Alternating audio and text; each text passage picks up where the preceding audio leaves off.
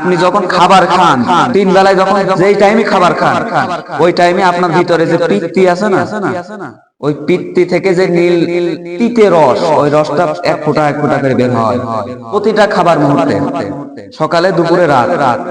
আপনি যখন খাওয়া শেষ করেন, ওইটা পড়বে, পড়তে পড়তে পড়তে পড়তে আপনার খাবার হজম হয়ে যাবে, ওইটাই হজম করে। এই জন্য দেখেন যারা সময় মতো খাবার খায় না, ওরা কিন্তু অসুস্থ হয়ে যায়, ওটা পেটের ভিতরে মাঝে মাঝে ইনফেকশন হয়। কেননা ওই যে পিত্ত যে রসটা, এটা হচ্ছে অ্যাসিড, মারাত্মক অ্যাসিড।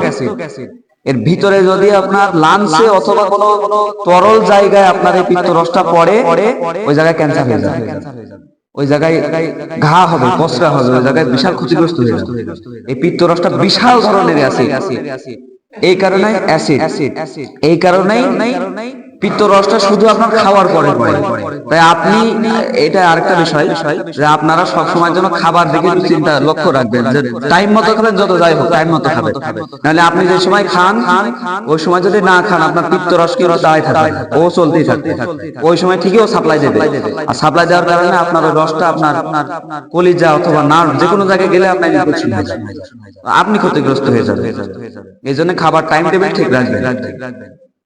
তোর বিজ্ঞান বলছে, যখন একটা মানুষ হঠাৎ করে জোরে রোজা রাখতে যায়, তখন তার দেহ টেনে দিতে পারে না, পিত্তি গরম হয়ে যায়, অনেক সময় হার্ট স্ট্রোক করে গরমের কারণে। শীতকালে হিসাব আলাদা। এই জন্য আল্লাহ রাসূল সেই কথা ভেবে চিন্তে বলেছে, শাবান মাসে বেশিরভাগ সময় রোজা রাখো, যেন রমজান মাসে রোজা রাখতে কষ্ট না হয়।